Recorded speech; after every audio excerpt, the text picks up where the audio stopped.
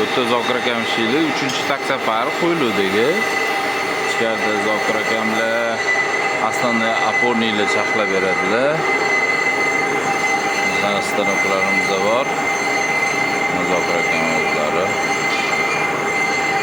Yo Tohir akamlar qilib umidi degan ko'p narsalar mana hozir granatdan o'qlarni yasab beryaptilar. Shtukalar qilib, mana bu ikkita o'q отдельно edi, o'rtasidan yasab ulab, hozir shtuka qilib, buni apressovkada o'tirg'izib, pressda hammasini cho'tki qilib beramiz, xudo xolasa.